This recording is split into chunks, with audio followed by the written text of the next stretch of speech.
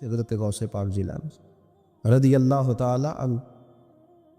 اللہ تعالیٰ نے جب کسی شخص سے کام لینا ہوتا ہے تو اللہ اس کے لیے اسباب بھی خود ہی پیدا کر دیتا ہے۔ علامہ اقبال اپنے استاد کی بڑی قدر کرتے تھے، شمس العلماء کی۔ تو ایک دن حضرت شمس العلماء سے کہنے لگے، استاد جی آپ کی مہربانی سے پڑھ گیا ہوں۔ تو فرمانے لگے، پتر تیری کلاس میں تو 250 لڑکا تھا، میری مہربانی تو سب پہ تھی، پر سارے تو اقبال نہیں نہ بنے۔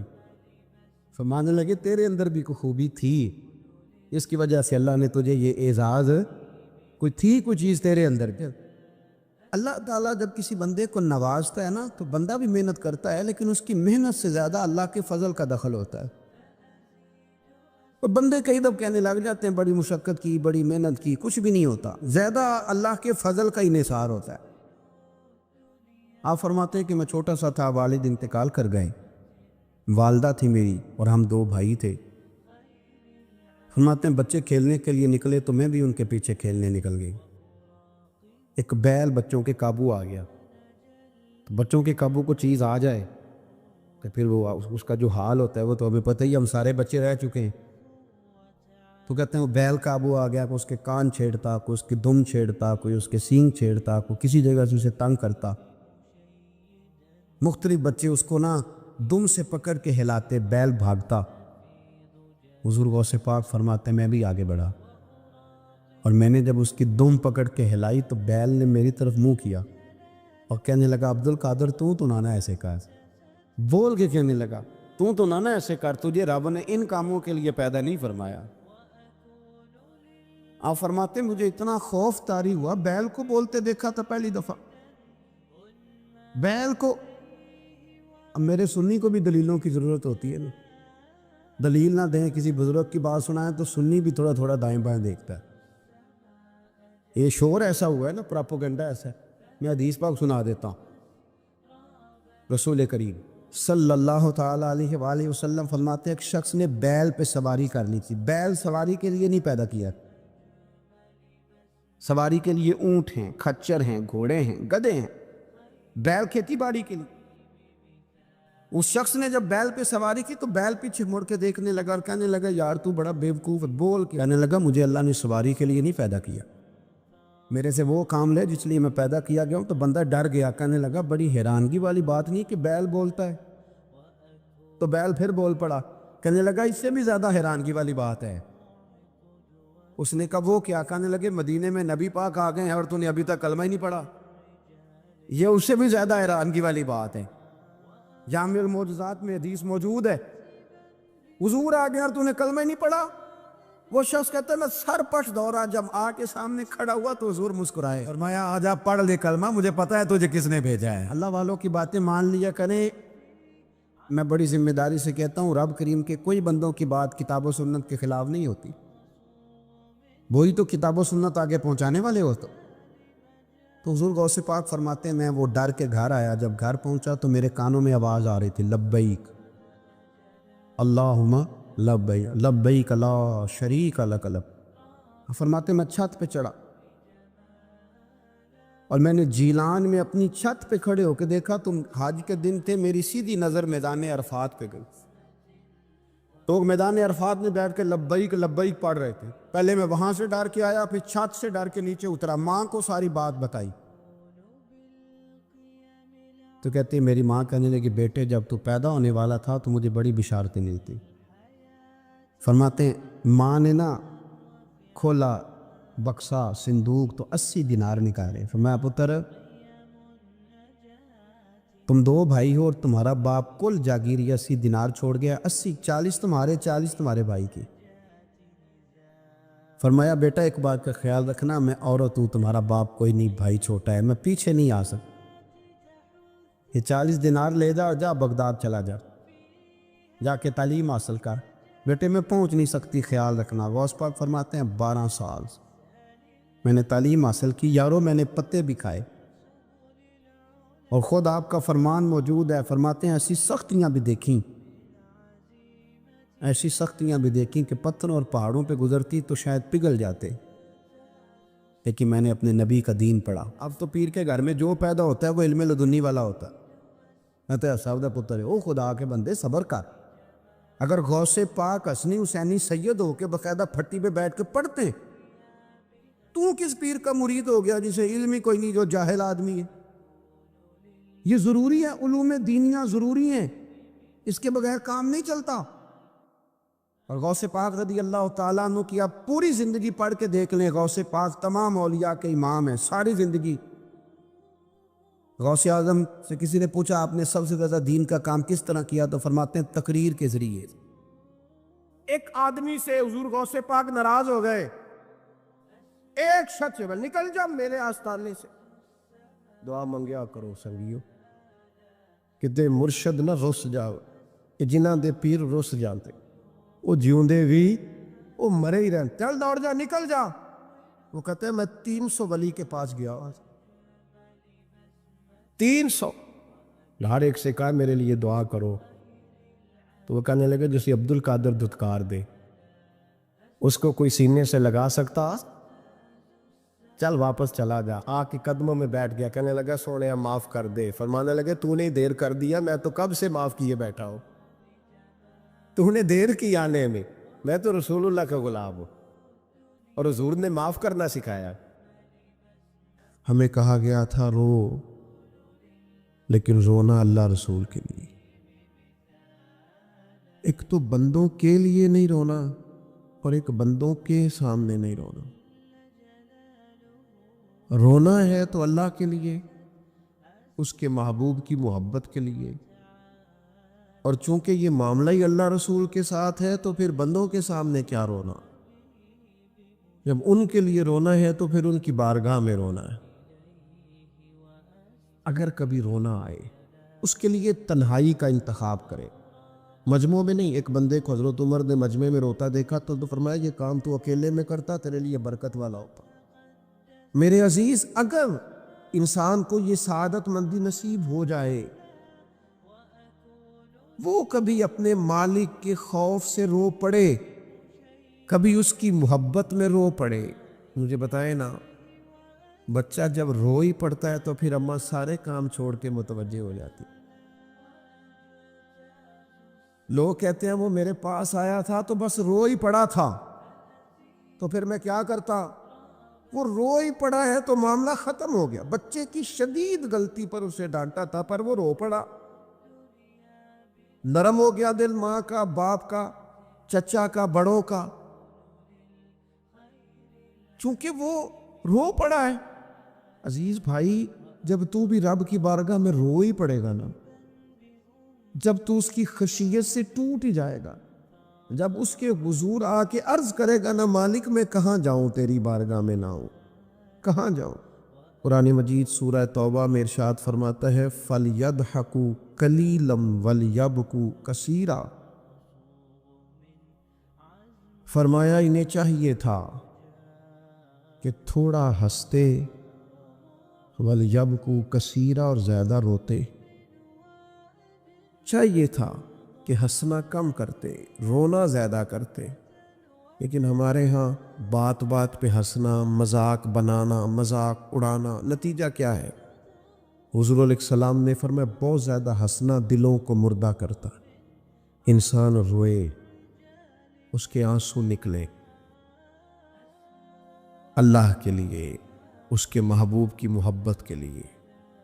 نبی پاک صلی اللہ تعالیٰ علیہ وسلم نے فرمایا، بخاری شریف میں صحیح درجے کی روایت ہے، کریم فرماتے اگر تم وہ جان لیتے نا جو میں جانتا ہوں، اگر تمہیں اس کا علم ہوتا نا جس کا مجھے علم ہے، تو فرمایا تم رویا کرتے، تمہاری کیفیات اور ہو جاتی. اپنی تنہائی کو آباد کرے، اکیلے میں اللہ اللہ کرے، تلاوت کلام مجید کا اس طرح کا ذوق ہو. حضرت عمر سنا کرتے تھے تو رو پڑا کرتے تھے. حضرت فاروق اعظم رضی اللہ تعالیٰ عنہ پہلی صف میں قرآن مجید کی تلاوت کر کے روتے تھے تو تیسری صف تک آپ کی ہچکیوں کی آواز جاتی تھی. ان لوگوں کا درد ہی سارے کا سارا کتاب و سنت سے، اللہ رسول کی بارگاہ سے. ہم نے نا اپنے آپ کو کمزور کر لیا ہے دنیا داروں کے سامنے رو رو کے. دکھ بتا بتا کے۔ میرے عزیز یہ تو ہے نا عام آدمی کا رونا، صحابہ کا رونا، اور اگر آنسو نبی پاک کے نکل آئے تو صحیح مسلم میں، صحیح بخاری میں حدیث ہے، سرکار دو عالم علیہ السلام ان آیات کی تلاوت فرما رہے تھے جو حضرت ابراہیم علیہ السلام کے بارے میں آئیں، جو جناب عیسیٰ کے بارے میں آئیں، جن آیات میں حضرت ابراہیم اور جناب عیسیٰ علیہ السلام نے کہا ہے اللہ بہت سارے لوگ گمراہ ہو گئے، بہت سارے لوگ گمراہ کر دیے گئے، اور جن میں یہ فرمایا کہ یا اللہ جو میری اطاعت کریں گے وہ میرے ہیں، اور جو میری نافرمانی کرے تو ان کے لیے غفور ہے۔ جب اپنی اپنی امت کے گناہگاروں کا تذکرہ جناب ابراہیم اور حضرت عیسیٰ علیہ السلام جو کرتے ہیں، اور قرآن مجید نے جس کا بیان کیا اس کو حضور نے پڑھا تو نبی پاک کی آنکھوں میں آنسو آ گئے۔ یہ مسلم شریف ہے، حضور روئے۔ اللہ کریم نے حضرت جبریل امین کو کہا جبریل جائیے میرے حبیب سے پوچھئے کیا معاملہ ہے۔ حضرت جبریل آئے، حالانکہ رب جانتا ہے، آ کے عرض کی یا رسول اللہ رب فرماتا ہے آپ رو رہے ہیں؟ تو کہا جبریل امت کے لیے رو رہا ہوں۔ آپ کی توجہ ہے میری بات؟ حضور امت کے لیے روتے ہیں نا، اللہ کرے امتی بھی کبھی نبی کے لیے روئے۔ کہا امت کے لیے رو رہا ہوں۔ تو حضرت جبریل امین علیہ السلام دوبارہ عرض گزار ہوئے مالک آپ کے حبیب امت کے لیے رو رہے ہیں، تو فرمایا میرے حبیب سے کہہ دے وَلَسَوْفَ يُؤْتِيكَ رَبُّكَ فَتَرْضَىٰ، آپ کا رب آپ کو اتنا دے گا کہ آپ اپنے رب سے راضی ہو جائیں گے۔ اللہ آپ کو راضی کر دے گا، محبوب امت کے بارے میں پریشان نہیں کرے گا۔ حضرت حیثم بن مالک رضی اللہ تعالیٰ عنہ فرماتے ہیں نبی پاک علیہ السلام خطبہ دے رہے تھے، تقریر فرما رہے تھے، حضور کی باتیں دلوں کے میل کچیل اتارتی چلی جا رہی۔ فرماتے ایک شخص نبی پاک علیہ السلام کے سامنے بیٹھ کر حضور کی گفتگو سن رہے تھے، وہ رو پڑے، ساری گفتگو چھوڑ کے نبی پاک صلی اللہ تعالیٰ علیہ وسلم کی توجہ اس شخص کی طرف ہو گئی۔ ہوا کیا ہے؟ وہ تقریر سنتے، بات سنتے بس رو پڑے۔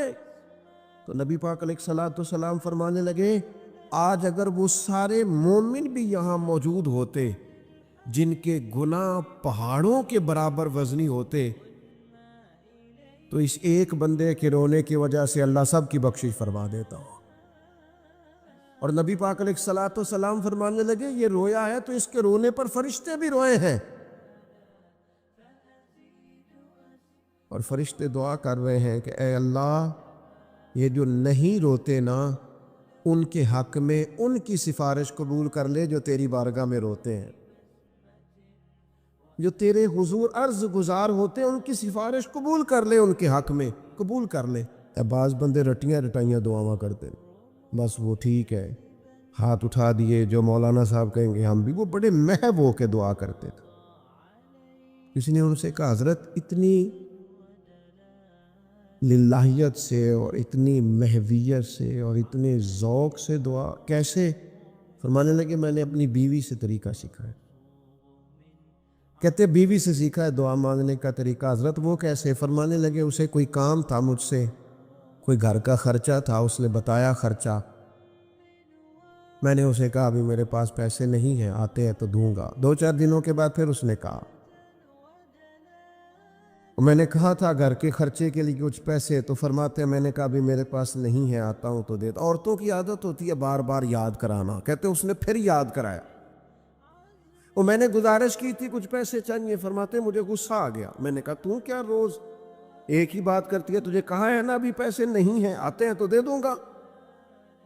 ہر روز یاد کرانے کا کیا مطلب ہے؟ ایک ہی بات کا رٹا لگایا، پیسے چاہیے، پیسے ٹھیک ہے خرچ ہے آپ ٹھیک کہہ رہے پر ابھی نہیں میرے پاس۔ کہتے میں نے ڈانٹ دیا۔ سعادت مند خاتون تھی، حوصلے سے ڈانٹ برداشت کی، تو کہنے لگی غلطی ہو گئی، مجھے نہیں بار بار کہنا چاہیے تھا، آپ تو ناراض ہی ہو گئے، لیکن ایک بات یہ کہنی تھی کہ آپ ہی میرے شوہر ہیں، میں آپ سے نہ کہوں تو پھر کس سے جا کے کہوں؟ آپ سے ہی کہنا ہے نا میرے، آپ ہے نا میرے سر کے تاج، تو کس سے اور کہوں میں، اور کسی سے کہوں؟ شیخ فرماتے ہیں میرے ہاتھ میں کچھ چیز تھی، ہاتھ کانپا، وہ چیز گری، چھم چھم میرے آنسو ٹپکے، چھم چھم میں رو پڑا۔ تو خاتون کہنے لگی آپ کیوں روئے، کیا ہوا؟ تو فرمانے لگے مجھے تو رب سے مانگنے کا طریقہ تو نہیں سکھاتی، جب میں اس کی بارگاہ میں عرض کروں گا نا مالک بڑے دروازوں پہ گیا ہوں کوئی نہیں میری سنتا، بڑے درد کے ساتھ میں نے کہا ہے پر فریاد کو کوئی نہیں پہنچا، اے اللہ تو ہی میرا رب ہے، پھر تجھے نہ کہوں تو کس کی بارگاہ میں جا کے کہوں؟ نبی پاک صلی اللہ تعالی علیہ وسلم نے فرمایا 2 آنکھیں دوزخ میں نہیں جائیں گی۔ یا رسول اللہ صلی اللہ علیہ وسلم اتنا کرم، وہ 2 آنکھیں کون سی ہیں؟ فرمایا ایک وہ جو اللہ کی راہ میں رات جاگتی رہی، کسی سرحد پر پہرا دیا، کوئی ڈیوٹی کی، کوئی خدمت کی راہ خدا میں، جو آنکھیں بیدار رہی راہ خدا میں دوزخ میں نہیں جائیں گی۔ اور دوسرا فرمایا جو رب کی یاد میں رو پڑی، جس سے خشیت آئی، جو ڈر گیا، پر ڈرا اللہ کے، آنسو فارسیل نہ ہو، کوئی اداکاری کا ماحول نہ بنائے، وہ اس طرح نہ ہو رو رو کے دعا، رکت انگیز دعا، اور فلاں کیا بات، فلاں کے بڑا رلایا اور فلاں میں بڑا درد تھا اور فلاں کے آنسو نکل آئے اور پیر صاحب قبلہ رو ہی پڑے۔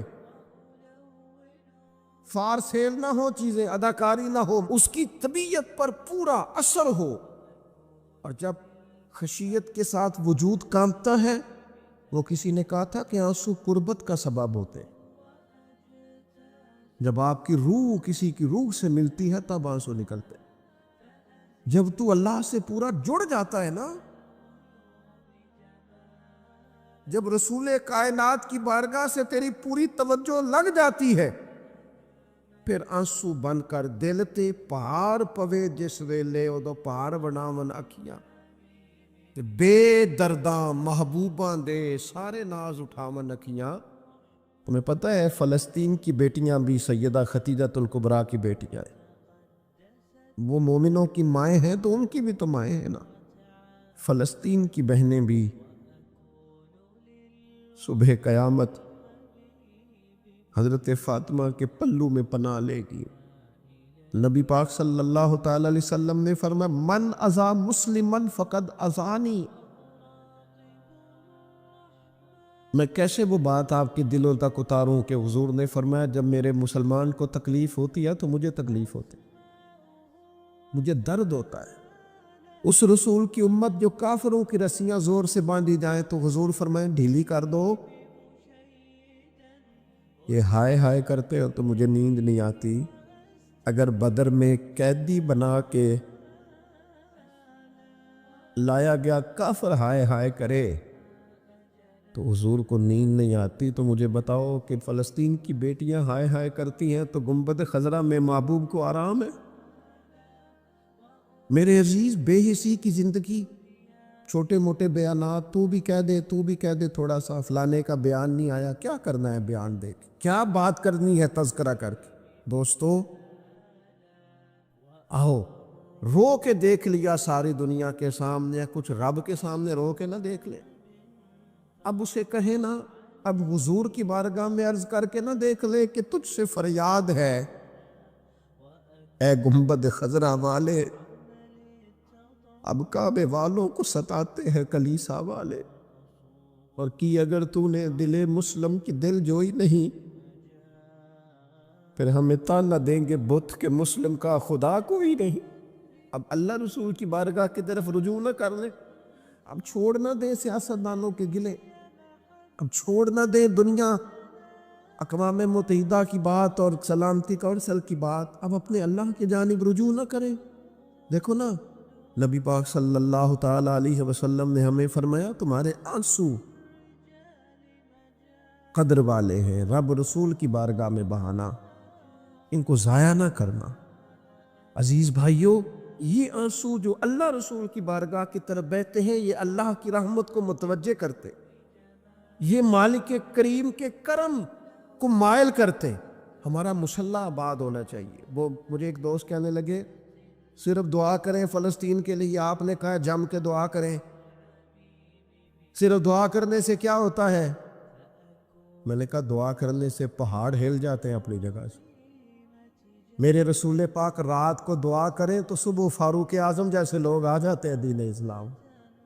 نبی پاک علیہ السلام رات دعا کریں نا، دعا، اور بدر کی رات حضور دعا کریں تو اللہ 7,000 فرشتوں کو بھیج دیتا ہے مسلمانوں کی مدد کے لیے. صحابہ فرماتے ہیں میدان بدر میں ہم کسی کو قتل کرنا چاہتے تھے لیکن اس کی گردن پہلے سے کٹ کے گر جاتی تھی، فرشتے آئے ہوئے تھے. آج ہمارے ساتھ اللہ کی مدد ناراض ہو گئی ہے، ہم سے رب کی مدد ناراض ہے.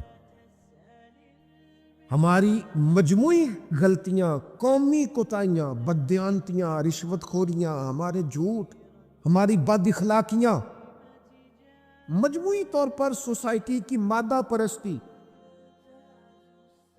اخلاقی رویوں کی گراوٹ، لوٹنا، اپنا حصہ وصول کرنا، جگہ جگہ پہ کمیشن مقرر کرنے، ہر شخص کا ذات کے لیے سوچنا، اللہ کی مدد پھر روٹ جایا کرتی ہے، ناراض ہو جایا کرتی ہے. سب سے ضروری کام یہ ہے، سب سے ضروری کام کہ اللہ کی مدد شامل ہو. وہ کسی نے کہا تھا کہ درد اگرچہ جان گزل ہے، کیا کرو دل ہے. غم عشق کا در نہ ہوتا تو غم روزگار ہوتا. چلو عشق کا غم نہ صحیح، روزی روٹی کا ہی صحیح، دل میں غم ضرور رہتا ہے. کوئی نہ کوئی طلب انسان کی طبیعت میں، دل میں چاہت ہمیشہ موجود رہتی ہے. کچھ لوگ اس بات کو مانتے ہیں، کچھ نہیں مانتے. کچھ لوگ شہرت سے پیار کرتے ہیں، ماننے کو تیار نہیں ہوتے. کہہ دیا جائے نا کہ میں وہاں بھی گیا تھا، لوگ آپ کا ذکر کر رہے تھے تو ان کا دل ٹھنڈا ہو جاتا ہے. کچھ لوگ تعریف سے محبت کرتے ہیں، اللہ معاف کرے جب تک کوئی 2-4 لوگ خوش آمد نہ کریں ان کی طبیعت ٹھیک ہی نہیں رہتی ہے. کچھ لوگ اللہ ماشاءاللہ پیسوں سے پیار کرتے ہیں، پیسے نہ ہو تو بیمار سے لگتے ہیں، اور جیب بھری ہو تو صحت بھی ان کی. ہم مختلف چاہتوں، مختلف محبتوں میں گرفتار ہوتے ہیں. بعض محبتیں بڑا نقصان کرتی ہیں، انسان کے باطن کو اجاڑ دیتی ہیں، اس کی روح کو میلا کچیلا کر دیتی ہیں، اس کے روحانی مسائل میں نہایت نقصان دہ ثابت ہوتی ہیں. نبی پاک صلی اللہ تعالی علیہ وسلم کی حدیث، اس پر نبی پاک علیہ السلام نے فرمایا دنیا کی محبت یعنی ہرس کے ساتھ ہو، لالچ کے ساتھ ہو، جائز ناجائز کی پرواہ کے بغیر ہو، دنیا کی محبت، مال دنیا کی محبت، حضور فرماتے ہیں یہ ہر برائی کی جڑ ہے. جب کسی شخص کو پیار ہو جائے کہ میں نے پیسے جمع کرنے ہیں، دولت اکٹھی کرنی ہے، مال ہی جمع کرنے ہیں، جب اس کا یہ ذہن بن جائے تو پھر وہ کسی چیز کی پرواہ نہیں کرتا. اسے حقوق ضائع ہوتے نظر آئیں تو ہوتے رہیں، یتیموں کا مال ہے کہ غریبوں کا مال ہے کہ زکوٰۃ کا مال ہے کہ خیرات کا مال ہے کہ کس چیز کا مال ہے، کسی شرعی پابندی کا لوگ خیال نہیں کرتے. غلبہ جو کر گئی دنیا کی محبت. یہ دنیا کی محبت جس طرح ہر بیماری کی جڑ ہے، نقصان کرتی ہے. ہمیں اپنے آپ سے پوچھنا چاہیے، سوال کرنا چاہیے کہ دل کیا چاہتا ہے دراصل. یہ سینے میں ہے، دھڑکتا ہے تو بنیادی طور پر صبح سے شام تک اس کی طلب کیا ہے، اس کی چاہت کیا ہے، یہ ہمیں دیکھنا چاہیے نا. جس طرح دنیا کی محبت تباہی پیدا کرتی ہے نا، اسی طرح اگر محبت ہو جائے نا اللہ رسول سے، رب رسول سے ہو جائے پیار، تو بھوک بھی بڑا ہی مزہ دیتی ہے. اللہ رسول سے ہو جائے پیار تو ان کی طرف سے آنے والے سکھ جتنی لذت دیتے ہیں، دکھ بھی اتنا ہی مزہ دیتے ہیں. اور درویش کہتے ہیں دکھ قبول محمد بخشا، بس راضی رہن پیارے. پھر وہ تکلیفیں، وہ آزمائشیں، وہ پریشانیاں، وہ غربتیں، وہ وقتی طور پر لوگوں کے تانے، وہ تنقید، وہ طنز، وہ پھپتی، یہ ساری چیزیں مزیدار ہو جاتی محبت اللہ رسول سے ہو۔ ہم نہ اپنی طبیعتوں میں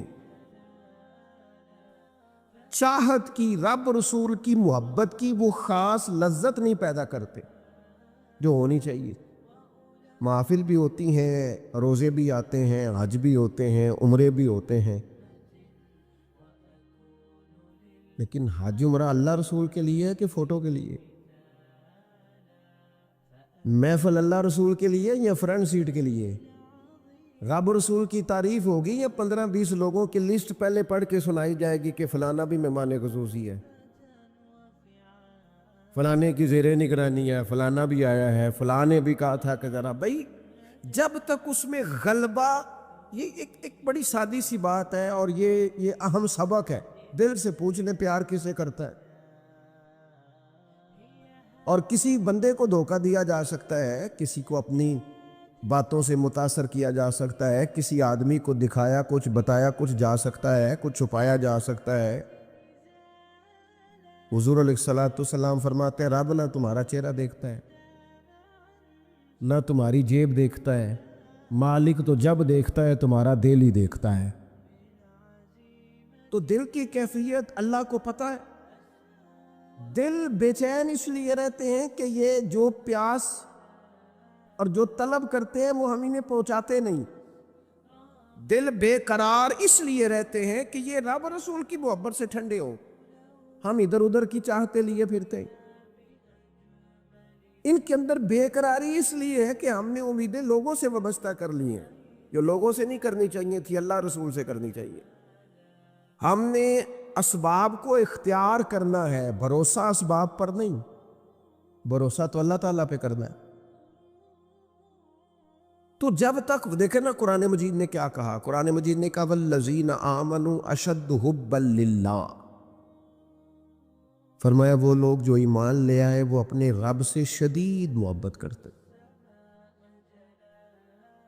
اپنے رب سے پیار کرتے ہیں۔ ان کے سجدے بوجھ نہیں، ان کے سجدے تو لذت ہے۔ انہیں نماز کے لیے لانا نہیں پڑتا، جبر نہیں کرنا پڑتا، ان کے تو دل کھچے چلے آتے،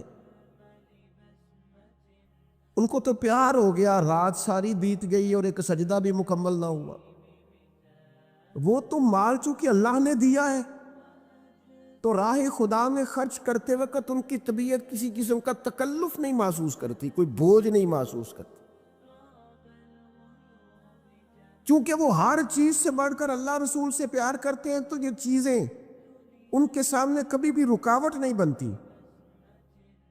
اور دل میں سب سے زیادہ محبت اللہ کی، اور جہاں تک تعلق ہے میرے رسول پاک کا، اللہ کریم نے فرمایا النبی اولیٰ بالمؤمنین من انفسہم، فرمایا یہ جو نبی ہے نا، یہ تو مومنوں سے ان کی جانوں سے بھی زیادہ قریب ہے۔ تو ہر وقت دل کی دھڑکنوں میں، روح کی ٹھنڈک میں، قلب میں، دل میں، روح میں، ذہن میں جو چیز ہر وقت سمائی ہے نا مومنوں کے، وہ رسول پاک کی ذات ہے۔ اگر رات ساری بندہ یہی سوچتا رہے کہ سویرے یار کس طرح کام چلانا ہے، پیسے کیسے آئیں گے، جو میرے پاس 2 لاکھ ہے اسے 6 کیسے کرنا ہے، اور یہ 6 ہے یہ 12 کیسے ہو سکتا ہے، اور جناب یہ دنیا میری کیسے آگے بڑھ سکتی ہے، اور یہ جو پلاٹ پڑا ہے نا میرے گھر کے بالکل سامنے، کیسے کچھ چکر چلے کہ میرا ہو جائے، گاڑی ہے ذرا چھوٹے ٹائروں والی، بڑے ٹائروں والی کیسے آ سکتی ہے۔ اگر 24 گھنٹے منصوبہ بندی دنیا حاصل کرنے سے دین منع تھوڑا کرتا ہے۔ حضور نے تو فرمایا محنت کر کے کمائی کرنے والا اللہ کا دوست ہے، منع نہیں ہے، لیکن ہر وقت اسی گنتی میں رہنا، اسی کے شمار میں رہنا، الجھ جانا، اور جو اصل چیز تھی اس کو چھوڑ جانا۔ ہم نا نیکی کرتے ہیں، مومن ہوتے ہیں، لیکن اس کی لذت نہیں پاتے۔ یعنی اگر نماز پڑھ کے بھی بندہ قرار نہ حاصل کرے، اگر وہ خیرات کر کے بھی اس کی ٹھنڈک نہ محسوس کرے، مسجد آ کے، محفل کرا کے، محفل میں بیٹھ کے، پھر بھی اس سے کوئی روحانیت نہ پا سکے. اس نے بیسیوں علماء سنے, اس نے درجنوں خطباء سنے, اس نے ساری زندگی گزار دی, لیکن اس کے دل کی کیفیت ہی نہ بدلی. وہ لذت خاص ہی اسے نصیب نہ ہو, تو پھر اسے سوچنا چاہیے نا کہ دل میں نا اللہ تعالیٰ نے نا ہر چیز دو دو بنائی ہے. ہونٹ دو, آنکھیں دو, کان دو, ہاتھ دو, پیر. دل اللہ نے ایک ہی بنایا. یہ نہیں ہو سکتا کہ چلو ایک طرف مجھے رکھ لو, ایک طرف کسی اور کو رکھ لو. دل ہی ایک بنایا ہے. وہ کہتا ہے بس دل ایک ہے تو رب رسول ہی رہیں گے. اس میں ادھر ادھر کی چاہتے نہ لے آنا جب تک دل کے اندر پوری طور پر اللہ رسول کی. بخاری مسلم میں حدیث ہے, نبی پاک علیہ الصلوۃ والسلام نے فرمایا اگر تم چاہتے ہو نا تمہیں ایمان کی لذت نصیب ہو. آپ زیادہ غور کریں میری بات پر. ایک ہے کھانا, ایک ہے مزیدار کھانا, ایک ہے مومن ہونا اور ایک ہے مومن ہونے کا مزہ آنا. لذت نصیب ہونا کہ میں صاحب ایمان ہوں. فرمایا اگر تم چاہتے ہو کہ تمہیں ایمان کی لذت نصیب ہو, یہ حدیث آپ نے بھولنی نہیں, بخاری مسلم میں. اگر چاہتے ہو کہ ایمان کی لذت نصیب ہو تو 3 کام کرو. یا رسول اللہ صلی اللہ تعالی علیہ وسلم کون کون سے؟ حضور فرمانے لگے پہلا کام یہ کرو کہ ہر چیز سے بڑھ کر اللہ رسول سے محبت کرو. اور دوسرا فرمایا جس سے بھی پیار کرو نا اللہ رسول کی رضا کے لیے کرو. تو اگر ایمان کی لذت چاہتے ہو, ایک تو ہر چیز سے بڑھ کے اللہ رسول سے پیار کریں, ایک جس سے بھی پیار کریں اللہ رسول کے لیے کریں, اور دوسرا فرمایا مومن ہونے کے بعد, کلمہ نصیب ہونے کے بعد, ایماندار ہونے کے بعد کفر کی طرف جانا اتنا ناپسند کرے, اتنا ناپسند کرے جتنا کوئی آگ میں جانا ناپسند کرتا ہے.